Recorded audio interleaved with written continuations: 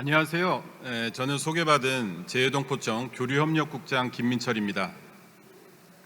이 자리에 참석하시는 회장님께서 거주하시는 곳에서 가구나 아이들 장난감 같은 거 이렇게 조립해 보신 경험이 있으실 거예요. 부품도 단순하고 뭐 이 정도쯤이야 하는 생각으로 이렇게 시작을 해보는데 막상 시작하고 보면 진행하다가 나중에 나사가 남거나 부품이 좀 남거나 이게 어디 들어가야 되지 하는 그런 경험들이 다 한 번씩은 있으셨을 것 같아요. 절차라는 것이 단순해 보이기는 하지만 잘 따르지 않으면 기대와 다른 그런 결과를 가져올 수가 있습니다.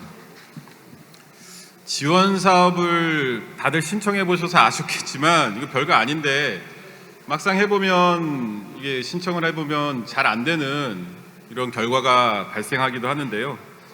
오늘 이 시간은 그러한 시행착오들을 최소화하는 그러한 좀 현실적인 도움을 드릴 수 있는 그런 시간을 마련을 해 보았습니다. 설명의 순서는 먼저 절차를 이해하고요. 이 신청 절차가 어떻게 되는지 이해하고 심의하고 작성하는데 신청서를 작성하는데 팁들을 좀 드리고 그다음에 어떤 주의사항을 좀 지켜주셨으면 좋겠나 하는 말씀을 드리고 그다음에 지원 사업을 좀 소개를 드릴까 합니다. 그리고 흔히 저에게 해주시는 질문들에 대한 답들을 드리려고 합니다. 모쪼록 도움이 되는 시간이 되었으면 좋겠습니다. 그러면 본격적으로 설명을 시작하도록 하겠습니다. 먼저 절차부터 시작하도록 하겠습니다. 재외동포 지원 사업은 뒤에서 좀 더 상세하게 설명을 드리겠지만 대체로 분야가 13개 정도 있습니다.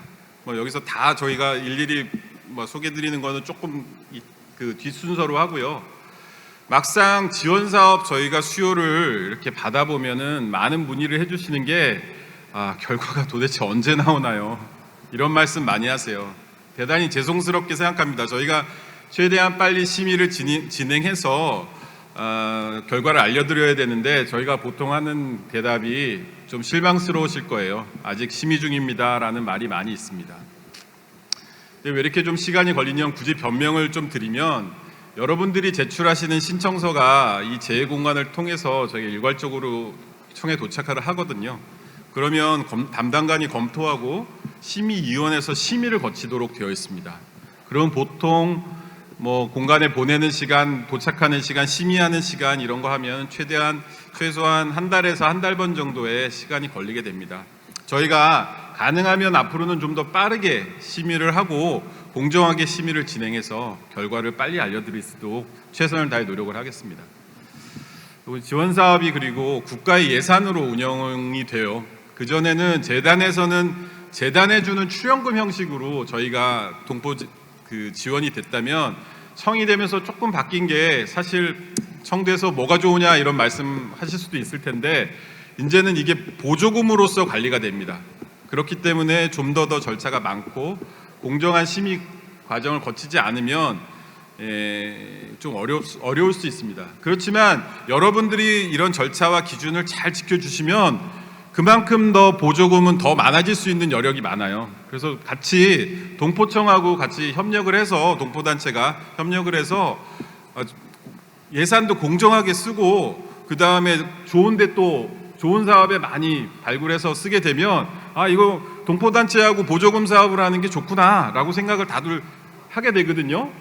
그러니까 오늘 좀 약간 제가 팁이라고 말씀드렸는데 어떻게 보면 좀 잔소리가 많을 수 있습니다. 근데 좀 잘 들어주시고 이게 식사하고 바로 다음이라 이거 조금 제가 굉장히 불리한데요. 근데 좀 경청을 해주시면 제가 최대한 좀 재미는 없을 거예요. 그런데 어떻게 하면 돈을 더 많이 받을 수 있는지 꿀팁을 알려드리도록 하겠습니다. 그 다음에 이제 저희 지원의 절차에 대한 건데요. 심의위원회는 재외동포청 보조금 관리에 관한 규정 제10조에 의거해서 구성을 합니다. 대부분 외부위원으로 구성이 되고요. 제가 앉아가지고 다 결정하고 청장님이 앉아서 다 결정하는 것 같지만 실은 그렇지 않아요. 실은 그렇지 않고 재해동포 전문가들이라든가 여타 다른 분야의 전문가들로 구성된 심의위원회에서 심의를 하고, 물론 담당관이 검토를 합니다. 담당관이 검토를 하지만 심의를 하고, 그다음에 전하청장님이나 거의 거기에 대해서 뭐 의의를 제기하진 않아요. 거의 그대로 갑니다. 이렇게 된 심의위원회에서 그러면 주로 뭘 보느냐? 그러니까 뭐 이게 뭐 미인대와 비슷하게 심의위원이 도대체 뭘 보느냐가 중요하잖아요.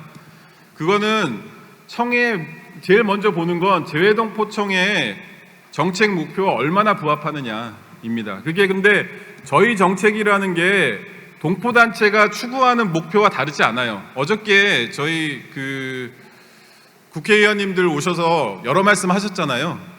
사실 거기에 그 방향을 그대로 따르는 겁니다. 그러니까 그거에 부합하게 하시면 돼요. 그게 가장 중요합니다. 그 다음에 이게 뭐 물론 다들 활동들 하시지만 뭐 돈이 한정되어 있기, 예산이 한정되어 있잖아요. 그렇기 때문에 파급 효과가 얼마나 있는지 이게 중요합니다. 이게 물론 한인 단체에서는 중요한 행사고 좋은 행사죠. 좋은 사업이고. 그렇지만 이게 동포사회 전체에 얼마나 많은 파급을 가져올 수 있느냐, 이게 일회성으로 끝나지 않고 계속 지속될 수 있느냐, 이런 여부를 많이 봅니다. 그리고 이게 한 번 행사하고 끝나면 뭐 네트워킹도 되고 좋긴 하겠지만 지속적으로 실질적으로 이게 동포들에게 혜택이 있는 건지도 봐요. 그러다 보면 결국은 이렇게 쭉 여러 가지를 비교하다 보니까 어떤 데는 좀 떨어질 수도 있고 어떤 데 될 수도 있고 이런 문제가 좀 있습니다. 그렇지만 저희가 최대한 공정하게 한다는 것이 있고요. 최근에 사실은 정부 재정이 좋지 않아요. 좋지 않아서 예산이 사실 굉장히 긴축 예산을 하고 있습니다. 특히나 국내 단체들이나 뭐 주는 소위 말하는 보조 사업은 대부분 다 삭감이 되고 있어요. 대부분 다 삭감이 되고 있는데 조금이나 다행스러운 거는 동포청에 대한 그 보조 사업, 동포들에 대한 보조 사업은 뭐 그렇게 줄어들고 있진 않다. 현 상태를 그래도 유지하고 있다는 점은 말씀드리고요. 그렇지만 뭐 아까 국회의장님도 그러셨고 어저께 국회의원님들 다 와서 좋은 말씀 많이 해주셨기 때문에 하여튼 저희가 이 돈을 잘 쓰고 있다라는 걸 보여드리면 예산은 점점 늘어날 거고, 여러분들 힘 모아주시면 저희가 더 예산 늘려서 그게 다 또 여러분들 동포들에게 혜택이 갈 수 있는 그런 방향으로 진행을 하도록 노력을 하겠습니다.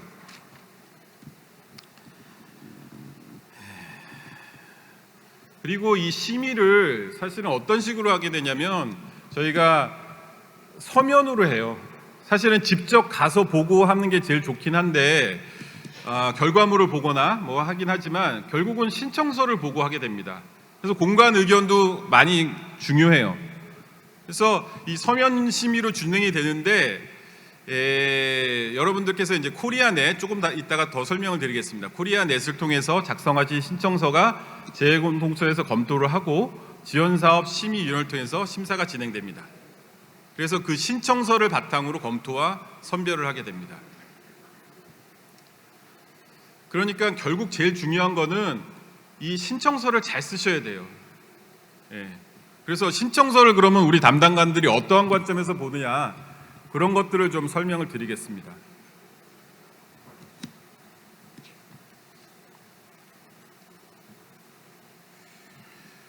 자, 그러면 도대체 이게 어떻게 써야 돼요? 하고 이제 생각을 하실 것 같은데, 오늘 설명에 이제 가장 그걸 설명해 드리려고 제일 먼저 사실은 이 내용을 뺐어요.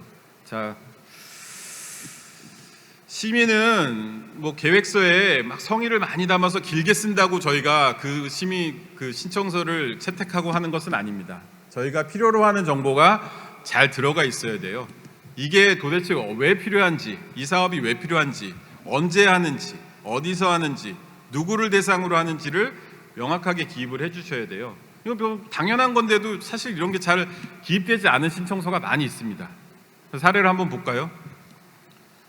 지금 보시는 이 사업계획서, 저희가 뭐 예시로 만든 거긴 하지만요, 이런 사례가 실제로 있습니다. 그러니까 언제 할지 모르기 때문에 연중이라고 보통 이렇게 표시를 하시는 경우가 있어요. 이해는 돼요. 이해는 되지만 1년 동안 이걸 하시는 건가라는 생각은 좀 들어요. 그러면 저희가 생각이 많이 복잡해집니다. 그래서 명확한 일자를 좀 작성을 해 주셔야 저희가 검토하기가 좀 쉬워집니다. 이 부분은 좀 꼭 참고를 해주시고요. 두 번째 팁은 투명한 예산 계획을 작성을 하시는 겁니다. 경비를 보통은 부풀려 이런 경우는 잘 없긴 하지만 부풀려서 작성하시는 경우가 좀 있어요. 그리고 필요 항목에 따라서 예산을 좀 적절히 배분하시는 것도 중요합니다. 동포청이 되면서 보조금법이 이게 적용이 되거든요. 그래서 8,000불 이상이면 좀 보조금 공시 대상이 돼요. 그래서 이 보조금을 어떻게 썼는지 그리고 그 단체에서 자부담을 어떻게 하는지 증빙이 필요합니다. 그래서 이런 것들에 있어서 저희가 나중에 어떤 것은 지원이 좀 안 되는 부분들이 있는데 이런 지출 불가 항목들은 이게 포함이 되면 나중에 좀 계산이 복잡해져요. 그래서 예산서 작성 시에도 좀 유의를 해주셔야 되고요.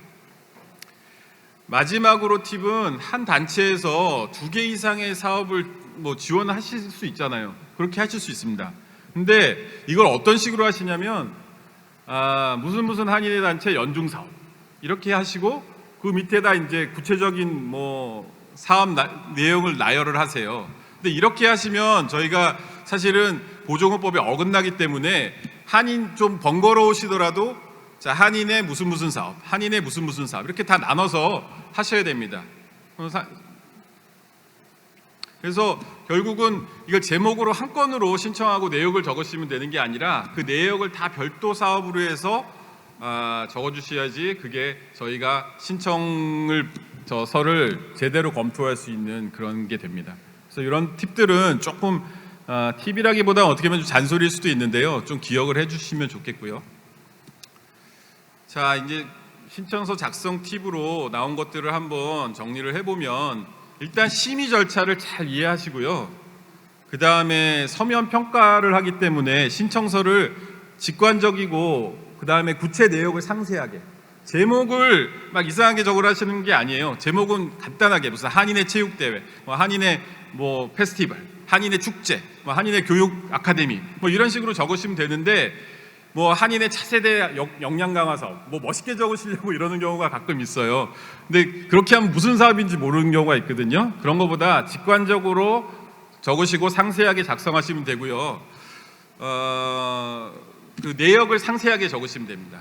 그래서 이거 어떻게 보면 지금까지 드렸던 팁은 굉장히 기본적인 것도 하긴 한데 잘 안 지켜지는 경우가 많고 의외로 그런 사례가 많아서 저희가 다시 보완을 해야 되거나 아니면은 보완 기간을 놓쳐서 신청 자체가 누락되는 경우가 있어요. 그럼 너무 아쉽잖아요. 그런 거는 좀 없어야 될 것 같고요. 그러니까 저희가 이게 공정하게 해야 된다는 문제가 있고 예산은 한정이 되어 있잖아요. 그렇다 보니까 최대한 많은 분들에게 지원을 하려고 노력하다 보니까 이런 절차들이 좀 필요하게 됐는데 너무 어려워하지 마시고 기본에 충실하게 작성을 하시면 되고 작성하다 모르시면 공간에 상의를 하시고 신청서를 내시기 전에요. 공간에 상의를 하시고 좀 번거로우시겠지만 본부에 동포청의 담당자와 상의를 하세요. 그게 가장 사실은 좋은 팁입니다. 혼자서 작성하시다가 좀 미비한 걸 내시면 그러다가 신청 기간을 놓치시고 그리고 다시 보완할 기회가 없어져요. 그리고 일단 신청을 하시면 보완이 안 돼요. 왜냐하면 저희가 임의로 동포청에서 고쳐드릴 수가 없어요. 그게 법에 어긋납니다. 그러니 내시기 전에 공관과 상의를 하시고요. 동포 영사들이 있습니다. 동포 담당을 하는 영사들이 있어요. 상의를 하시고 그리고 충분한 대답을 못 얻었을 것 같다라고 하시면 본부에 전화를 하십시오. 그래서 상담을 받으시고 아니면 전화하기 어렵다 그러면 메일을 하시고 그래서 해서 카카오톡을 보내시고 해서 상의를 받으시고 난 다음에 이렇게 좀 하시는 것이 어떻게 보면 가장 좋은 팁일 수도 있겠네요.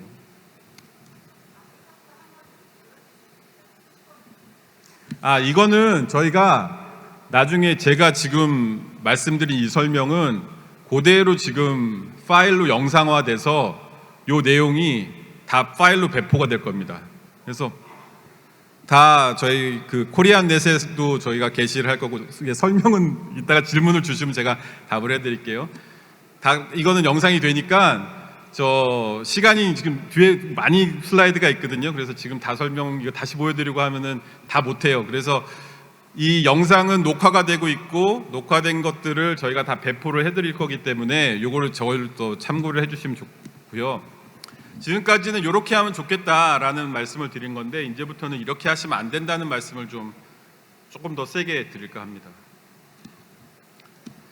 자, 지금 보는 계획서는 계획서상으로는 이거 다 영상 될 거니까 사진 안 찍으셔도 돼요. 잘 쓰여져 있는 그런 사업 계획서예요. 문제가 없어요. 그런데 탈락되는 경우가 있습니다. 왜일까요? 이런 경우가 많아요. 올해는 잘 냈고 신청도 잘했는데 작년도 보고서가 잘 안 되면 그러면 탈락하는 경우가 있습니다. 그리고 금년 사업계획서나 전년도 사업 결과보고서의 내용이 미비한 경우에도 잘 안 돼요. 저희가 이런 경우에는 좀 죄송하지만 페널티를 드려요. 아무리 올해 잘 신청을 하시고 하더라도 전년도 결과 보고가, 그 다음에 저번에 했던 것이 좀 그 결과 보고가 잘 안 되면 저희가 어쩔 수 없이 불이익을 드릴 수밖에 없다는 점, 그 점은 좀 양해해 주셨으면 좋겠고요.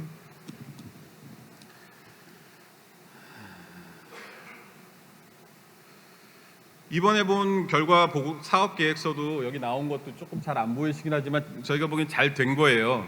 그리고 결과 보고서도 잘 제출이 되었어요. 그런데 심사에 탈락할 수 있습니다. 왜 그럴까요? 이게 저희가 좀 왜 꼭 그러냐라고 하실 수 있겠는데, 관할 공간을 통하지 않고 재해동포청으로 개별 신청한 경우에는 저희가 사실은 신청 자체를 받지 않습니다. 왜냐하면 공간에서 저희가 서면 심사의 단점을 보완하기 위한 점이 있어요. 관할 공간의 의견이 중요합니다. 단체들이 제대로 다 활동을 하고 있는지, 이거는 필요한 사업인지 일차적으로 관할 공간, 총영사관 또는 대사관에서 판단을 해줍니다. 그래서 저희가 왜 코리안넷으로 신청을 하면 됐는데 왜 다시 또 관할 공간에 내야 되느냐라고 말씀을 많이 해주시는데, 근데 저희가 이 공정성과 객관성을 확보하기 위해서 관할 공간을 통한 것만 받고 있다는 점을 알아주셨으면 좋겠고요. 자, 미국 단체로부터 받으신 거, 미국 정부로부터 보조금 받으신 건 괜찮아요. 저 상관 안 합니다. 네.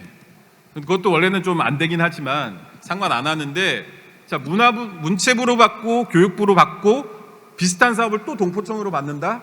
이거는 안 돼요.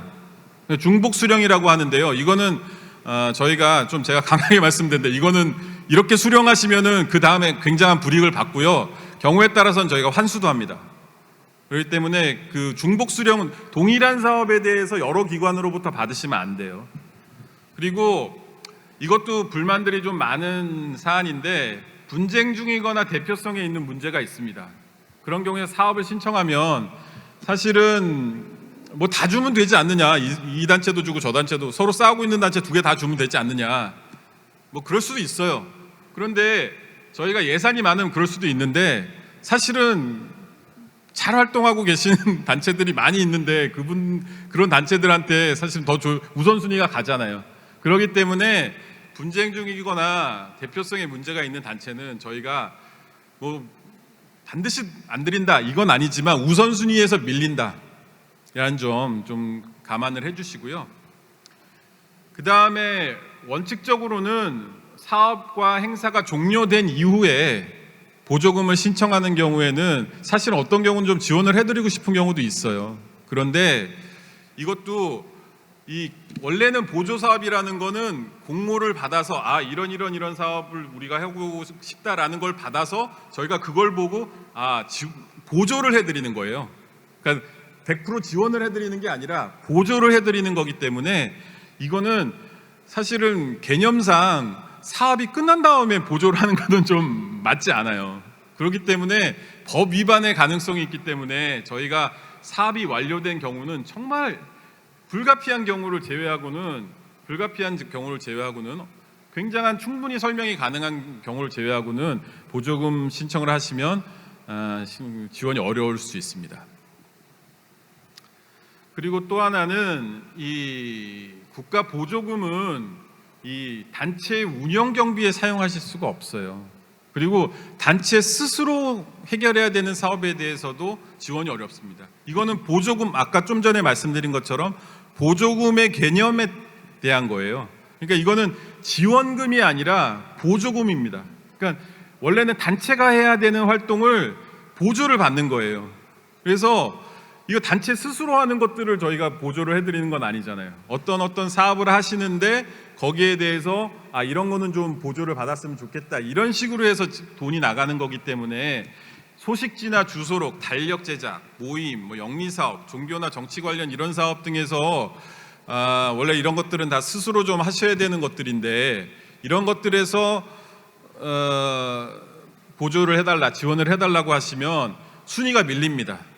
애매한 경우가 있어요. 이거 다 안 된다는 건 아니지만 애매한 경우가 있기 때문에 이런 것들은 가능하면은 자체 경비로 돌리시고 그 다른 영역 부분을 저희한테 신청을 해주시면 그러면은 더 그 스트래티지상 좋은 신청 전략이 될 수 있겠죠. 그리고 그 US 달러 1,500불 미만은 너무 소액이잖아요. 그래서 거기에 대해서도 지원을 하고 있진 않습니다. 그 다음에 자주 발생하는 이제 문제 사례들을 좀 저희가 정리를 해봤는데 이것들 다 하신 어려울 거예요. 저희 신청서 할 때 내야 되는 서류들이 있어요. 근데 그런 것들을 안 내시는 경우가 있으면 반드시 안 된다는 건 아니겠지만 우선순위에 밀리겠죠. 서류는 잘 갖춰주시는 게 좋고요. 그렇다고 저희가 쓸데없는 서류를 달라고 하는 건 아니에요. 보면은 사실 1인 단체라든지 제대로 활동하지 않는 단체들 있잖아요. 그런데다가 보조금 주고 지원금 주면 다른 분들이 손해를 피해를 받기 때문에 정확하게 제대로 활동을 하고 활발하게 활동을 하는 단체에 드리고자 하는 취지니까 이런 서류들은 좀 잘 갖춰 주시면 좋겠고요. 여기에 있는 이런 내용들을 좀 이걸 제가 다 일일이 말씀드리면은 시간이 너무 많이 갈 것 같으니까 그 다음 페이지로 볼까요? 그 다음에 예산서를 이제 결국은 돈을 받는 거기 때문에 예산서를 작성을 하시거든요. 그런데 그때 발생하는 그런 사안들입니다. 사례를 통해서 좀 설명을 해드릴까요? 여기를 보시면 이것도 잘 보이진 않는데 총괄표에다가 수익과 지출을 동일한 금액으로 잡아 두셔야 돼요. 이렇게 하셔야 됩니다.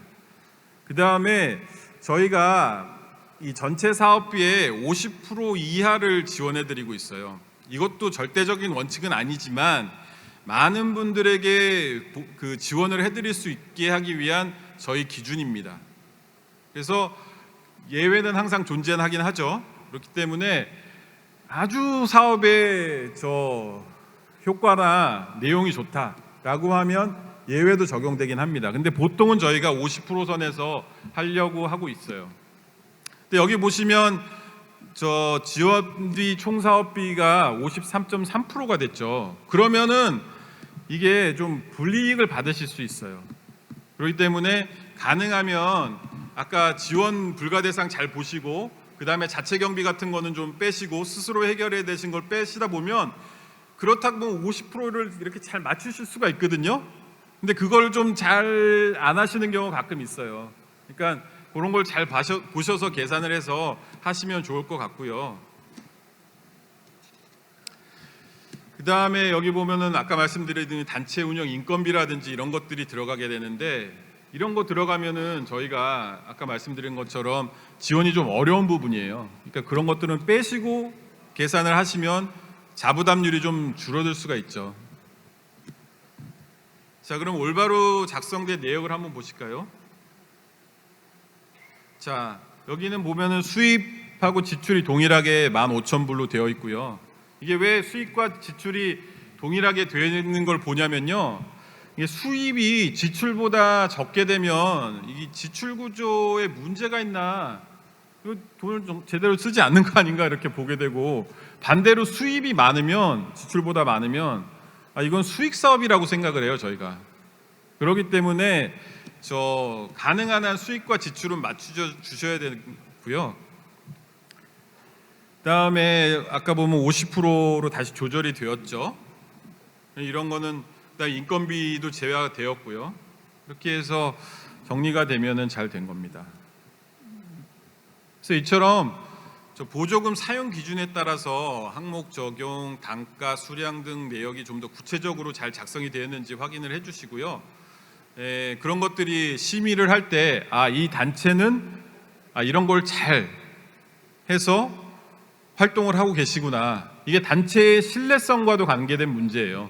이게 단순히 예산이 잘 됐고 안 됐건을 보는 뿐만이 아니라 이 단체는 믿고 저희가 보조를 해드려도 괜찮겠구나 하는 판단의 기준이 되기 때문에 그런 부분들을 신경을 써주셨으면 좋겠습니다. 자, 이렇게 하다 보니까 이런 생각도 또 하실 거예요. 너무 귀찮다. 이렇게까지 해서 지원을 받아야 되나 하는 생각이 있으실 텐데요. 아까 제가 모두에 좀 말씀드렸던 것처럼 이게 기본적인 사실 사항입니다. 국내 단체들은 사실 다 하고 있어요. 국내 단체는 이거보다 훨씬 더 엄격한 기준하에 이 보조금을 받아서 집행을 하고 있습니다. 여러분들이 조금만 협조를 해주시면, 그리고 좋은 성과가 나고 그 앞에 말씀드린 것처럼 저희가 다 이렇게 보조금이 점점 늘어서 좋은 사업들을 많이 할 수 있게 되거든요. 그래서 동포청하고 동포단체들이 이렇게 한인회장 여러분들이 같이 좀 모여가지고 워크숍, 이제 지역별 현안 토론도 하시잖아요. 그때도 좀 같이 해주시고, 저희 합리적으로 이런 거는 좀 암만 공정하고 절차가 중요하지만 이거는 불합리하다 하는 것들이 있으면 또 알려주시기 바랍니다. 그래서 어쨌든 이런 기준을 잘 준수해서 심의에 불이익이 되는 일이 없었으면 좋겠습니다. 그 외에 이제 주의사항 제가 여러 가지가 있는데 이거 다 빼고요. 한 가지만 여기서 좀 설명을 드리려고 해요.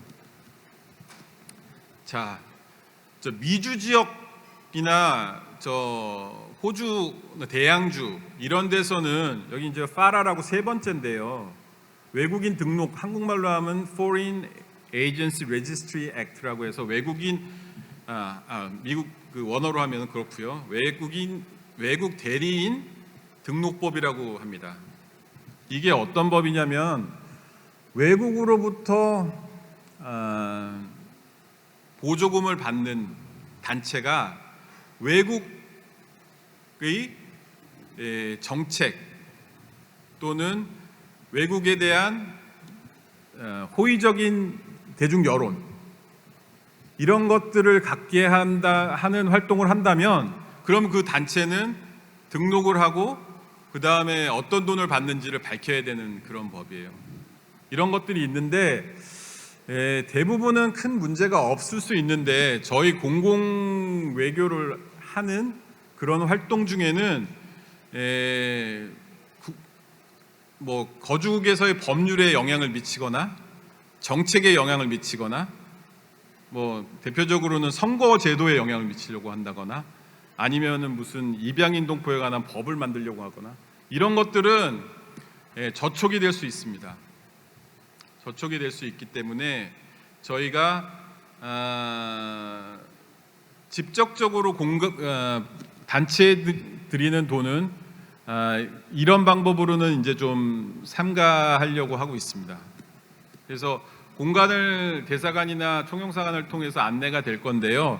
이런 사업을 하시려고 하면 동포청과 공관하고 필수적으로 상의를 좀 하시고 단체 그 활동 지원을 해주셔야 될 것 같아요. 그러나 일반적인 한국을 알리는, 한국 문화를 알리는 그런 사업들은 하셔도 됩니다.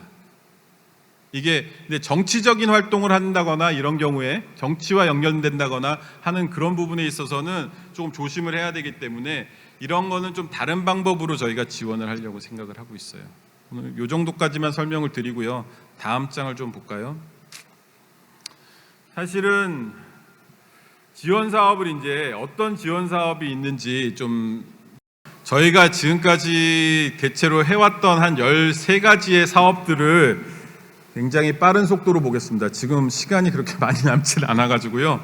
빠른 속도로 보겠는데 첫 번째로 교류 증진 권익 신장 활동입니다. 이게 예시만 들어드릴게요. 코리안 페스티벌 문화의 한국 문화의 밤, 명절 대잔치, 차세대 역량 강화 컨퍼런스, 이런 사업들이 교류 증진 및 권익 신장 활동과 관련된 그런 사업에 해당합니다. 저희가 뭐 통상적으로 하고 있기 때문에 이 사업 하시면 이런 지원이 될 거고요. 다음으로는 재해동포 문화단체 활동입니다. 이거 다 아시는 내용이라 저희가 어떤 사업은 좀 어렵냐 이것만 설명을 드릴게요. 이 가끔 독주나 독창이 개인 공연이나 전시회를 지원해달라고 하시는 분이 있는데 이거는 좀 곤란합니다. 그 다음에 문화원이나 국내외 타부처로부터 지원을 받는 사업도 아까 말씀드린 것처럼 좀 중복 수령이 때문에 곤란하고요. 한국의 분보를 둔 채, 그 다음에 단체 연중 사업, 연중으로 이렇게 해서 보내는 경우가 있어요. 제가 말씀드렸지만 사업은 잘라서 건건으로 해주셔야지 저희가 그게 가능하다, 심의가 가능하다는 말씀 드렸고요. 그 다음에 단순 매년 하는 그런 정기 연주회나 발표회 같은 것도 지원해달라고 하시는 경우가 있는데 이런 건 우선순위에서 좀 벗어납니다. 그렇기 때문에 그런 점을 좀 피해서 해주시면 좋고요. 다음은 이제 차세대 단체 활동인데요. 이거는 저희가 뭐 차세대 리유니언, 이제 어떤 행사를 저희 그전에는 한번 불러서 차세대 대회를 하거든요. 그리고 난 다음에 다시 만나는 것, 거주국에서 다시 만나는 것들은 저희가 사실은 지원을 못 해드렸었는데 실질적으로는 차세대 대회하고 그 다음 대회 할 때까지 안 만나면은 네트워킹 잘 안 되잖아요. 그래서 리유니언 행사도 저희가 좀 지원을 해드리려고 생각하고 있거든요. 그리고 아까 말씀드린 교육훈련이나 멘토링 이런 것들도 그 모델 사업과 연결을 해서 해주시면 저희가 좀 더 적극적으로 지원을 해드릴 겁니다. 다음은 경제단체 활동인데요. 이거는 뭐 경제단체인 또는 지역간 네트워킹 사업이거나 아니면 경제동포단체가 주관하는 동포사회 주요 사업, 이런 것도 지원 대상이 됩니다. 이 부분도 저희가 좀 더 지원액을 늘리려고 노력을 하고 있어요. 언론단체 활동은 대부분 여기 모국어가 참 잘 안 되고 이렇게 한국어 교육이 좀 더 많이 필요한 그런 지역에 이건 한글 신문을 발행하는데 저희가 지원을 해드리는 사업입니다. 다 해당되진 않아요. 다음 재해동포 공공외교 활동 지원 사업인데요. 거주국 정부나 타 민족 커뮤니티와 교류 사업, 이거 지원이 가능합니다. 현지인 취약계층 지원 사업, 이것도 가능해요. 이게 왜냐하면 한국이 현지의 취약계층을 도와주고 있는 거기 때문에 한국에 좋은 이미지를 주는 거잖아요. 그렇기 때문에 이런 사업도 가능합니다. 그 다음에 물론 한국 역사를 알리거나 문화를 알리거나 한국어 전파를 하거나 학술 교류 행사를 한다거나, 이거 다 좋은 활동이에요. 다만 아까 말씀드린 것처럼 정부 정책, 법, 뭐 선거와 관련된 그러한 공공외교 활동은 저희가 직접 돈을 들이게 되면 국내법에 저촉이 되는 건 아니에요. 공개하시고 등록하시면 되긴 해요. 그렇지만 어려울 수 있죠. 곤란할 수 있기 때문에 그 부분은 이제 조금 공간과 대사관과 같은 활동, 같이 하는 활동으로 해서 아마 저희가 지원을 하려고 생각을 하고 있어요. 왜냐하면 외국 공간은 예외가 되거든요. 그래서 그 법의 적용이 예외가 되기 때문에 저희가 그 부분은 좀 그렇게 앞으로 정책은 좀 바꿔나가려고 생각을 하고 있고요. 지원이 어려운 부분은 이거 어렵다기보다 안 되는 겁니다. 특정 정당 또는 후보를 위한 사업, 이거는 안 됩니다. 예시로는 아시아 증오범죄 대체 교육이라든가 거주국 정부 주최 축제 참가, 거주국 정부가 승인 한기날 행사 개최, 이건 되는 사업인 것 같은데 잘못 해놨죠. 예, 이거는 지원이 어려운 사업의 예시가 아니라 되는 사업의 예시입니다. 이게 좀 잘못되어 있습니다. 자, 그다음에 차세대 입양동포 지원인데 이거는 뭐 쭉 저희가 적어놨습니다. 근데 뭐 이런 다양한 사업을 하고 있다라고 정도 봐주시면 될 것 같고요. 이걸 다 일일이 설명드리진 않겠습니다. 다음, 코리아타운 활성화 지원 사업, 이것도 많이 신청을 해주세요. 그럼 저희가 어떤 거를 해드리냐면 코리아타운의 표지판 상징물 가로등 CCTV, 사실은 돈이 많으면 거기에 더 많은 걸 해드릴 수 있는데 사실 이게 돈이 그렇게 많지는 않아요. 저희가 늘리려고 노력을 하고 있습니다. 늘리려고 노력을 하고 있는데 많지는 않기 때문에 지금 이런 걸 해드릴 수 있다. 그 다음에 한국 정통식 표기법이라든지 조리법과 같은 그런 걸 표준화하는 사업, 그 다음에 코리아타운 뭐 안내 맵, 안내서 뭐 이런 것들도 저희가 해드려요. 그리고 또 어떤 거냐면 코리아타운으로 지정하는 것도 중요하잖아요. 거기를 국내 법으로, 거주국의 법으로 코리아타운으로 지정하는 것도 중요하거든요. 그런 것을 하기 위해서 정부와 지방정부와 간담회를 가르친다. 이런 것도 가능해요. 이런 것도 지원해드려요. 그러니까 실질적 결과물이 나오는 것도 하지만 그런 것을 하기 위해서 뭐 협의를 하신 거나 간담회를 하시는 것도 저희가 도와드릴 수 있다라는 겁니다. 그렇지만 안 되는 거는 주제가 인허가가 안 되는 불가능한 사업이라든가 그 타민족과 뭐 갈등 소지가 있는 사업들이 가끔 있어요. 그런 경우는 저희가 조금 지원을 어렵게 생각을 하고 있습니다. 다음은 한글학교 교사 현지 연수인데요. 요거는 뭐 그 제목으로 너무 명료하게 아실 수 있는데 지원이 안 되는 것 좀 어려운 부분만 알려드릴게요. 이것도 중복 지원과 관련된 겁니다. 한국교육원이 주관하는 한글학교 교사 연수 중복 지원이 되기 때문에 우선순위에서 밀립니다. 한국교육원이 뭔지는 다들 아시죠? 나중에 질의에서 받겠습니다. 정기적으로 발간되는 자체학술지 학술지 사업 이것도 안 됩니다. 아까 말씀드렸죠, 왜 안 되는지. 다음 한글학교 맞춤형 지원, 저희가 이것도 앞으로는 좀 중점적으로 키우려고 하는 사업이에요. 왜냐하면 지금까지는 다 국립국제교육원에서 받은 저 교과서를 몇십 년 지난 교과서를 그대로 쓰고 있어요. 교과서라 해도 교재죠. 근데 대부분의 지역들에서 이제 그것도 너무 아웃데이트 돼 있고 우리 현실과 맞지 않는다라고 하시는 분들이 많아요. 그래서 저희가 자체를 개발하고 동포 단체에서 자체 개발을 하시려고 하거나 아니면 저희가 개발해서 보내드리는 그런 사업도 조금 생각을 하고 있습니다. 근데 가능하면 동포단체하고 같이, 왜냐하면 동포청이 다 할 수는 없으니까요. 그래서 같이 이렇게 교육용 콘텐츠를 개발하는 사업을 앞으로는 좀 더 늘려나가려고 생각하고 있고 저희 지원도 점점 그러한 식으로 좀 변해갈 겁니다. 근데 이제 여기서 이제 지원이 좀 어려운 사업은 저 일반적인 수업 활동, 그거는 아까 말씀드린 것처럼 스스로 하셔야 되는 부분이잖아요. 이런 것들은 좀 어렵고요. 그러니까 예를 들면 체험학습, 성탄절 행사, 부활절 행사, 종강식 뭐 이런 것들을 지원해달라고 하시는 경우가 있는데 이런 거는 저희가 보기에는 보조를 받아서 해야 될 게 아니라 자체적으로 하셔야 되는 그런 행사로 보고 있고요. 다음 볼까요? 전통문화용품 지원, 이거는 뭐 그대로고요. 근데 저희가 이제 우선순위가 있기 때문에 이것도 최근 3년간 지원 실적이 있는 단체는 이게 좀 돌아가면서 하고 있어요, 지원을. 근데 이것도 예산을 좀 늘려서 다 돈을 모든 게 다 예산을 늘려서 하겠다는 것만밖에 없어가지고 제가 너무 부끄러운데요, 죄송스럽고. 근데 저희가 뭐 우선순위를 두고 있는 부분이 있어요. 그래서 이것도 좀 뭐 3년간 이제 지원 실적이 있는 단체를 한 이유는 뭐 안 된다는 건 아니에요. 왜냐하면 돌아가면서 예산이 한정돼 있다 보니 돌아가면서 해야 되기 때문에 이게 3년간 지원 실적이 있는 단체는 우선순위에서 밀린다는 말씀이고요. 그 다음에 공연이나 학습 용도가 아니라 이게 단순 전시 목적, 일회성 사업 이런 것들은 좀 저희가 지원의 우선순위에서 후순위로 밀린다, 이 말씀을 좀 드리고 싶고요. 다음입니다.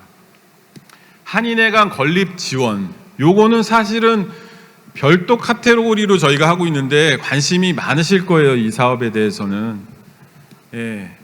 사실은 이거야말로 예산을 좀 많이 늘려야 되는 사업입니다. 저희가 많이 좀 지원해드리고 싶은데 거의 지금 신축은 저희가 도와드리기가 어려워요. 뭐 워낙 부동산 값이 올랐기 때문에 신축은 좀 어렵고 개보수나 이전 중개 측에 많이 도움을 드리고 있어요.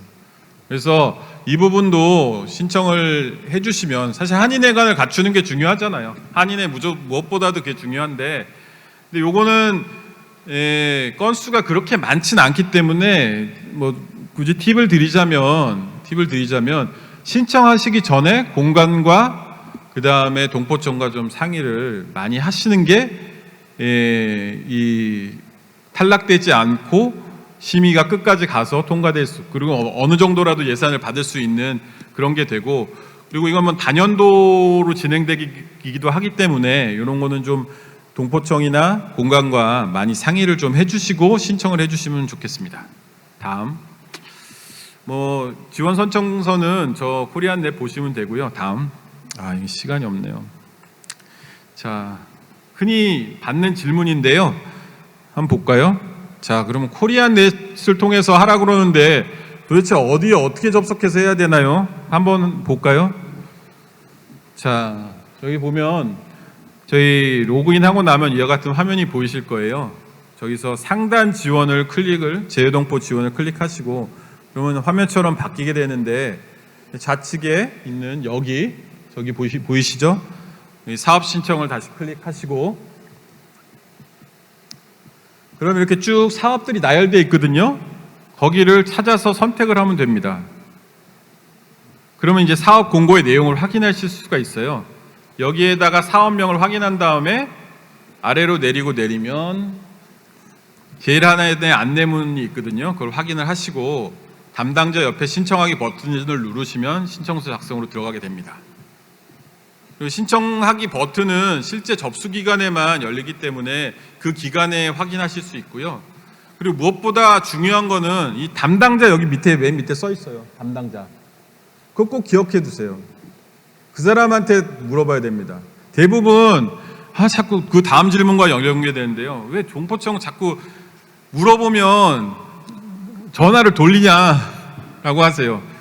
그럼 안 되죠. 사실은 받은 사람이 충분하게 답변을 해드리고 해야 되는데, 아까 말씀드린 것처럼 좀 내용이 복잡한 것도 있고 담당별로 좀 다 나눠져 있어요. 그래서 요 담당자를 확인하신 다음에 그 사람한테 전화하시면 전화 여러 번 돌아가지 않습니다. 꼭 이거 확인해 주시고요. 다음, 자, 뭐 죄송한 말씀인데 왜 신청한 금액보다 지원액이 항상 낮을까요? 그거 왜 그런가요? 저희 대답드리기가 좀 죄송한데요. 그거는 아까 처음에 말씀드렸던 것처럼 굉장히 많은 단체들을 적은 예산으로 나눠드리고 있기 때문에 그렇습니다. 그래서 그다음에 아까 말씀드린 그런 명확치 않은 신청서인 경우도 있어요. 그러다 보면은 조금 저희가 충분하게 예산을 지원해드리기가 어려운 경우가 있습니다. 다음, 시간이 많지 않아서 좀 빨리빨리 넘어가겠습니다. 요거는 아까 설명을 드렸죠. 궁금할 때 전화하면 없고 왜 자꾸 돌리느냐. 그거는 담당자를 좀 잘 확인하고 해주시기 바랍니다. 자, 다음 볼까요? 또 하나 있다. 저희가 근무 시간이 9시부터 6시예요. 사실은 나라마다 다 시간이 다르기 때문에 그 시간에서 맞춰서 전화해 주시기가 어려운 걸 알고 있습니다. 저희가 웹챗이라든가 24시간 대응할 수 있는 그런 시스템을 갖추려고 노력을 하고는 있지만, 그래도 전화 상담이 가장 사실은 필요해요. 그래서 좀 죄송스럽지만 저희 근무 시간에 맞춰서 좀 전화를 해주시면 저희 직원들이 사실은 그 일만 하는 건 아니지만 친절하게 해드릴 겁니다. 만약 친절하지 않으시면 제 명함 다 받으셨죠? 저한테 카톡 하십시오.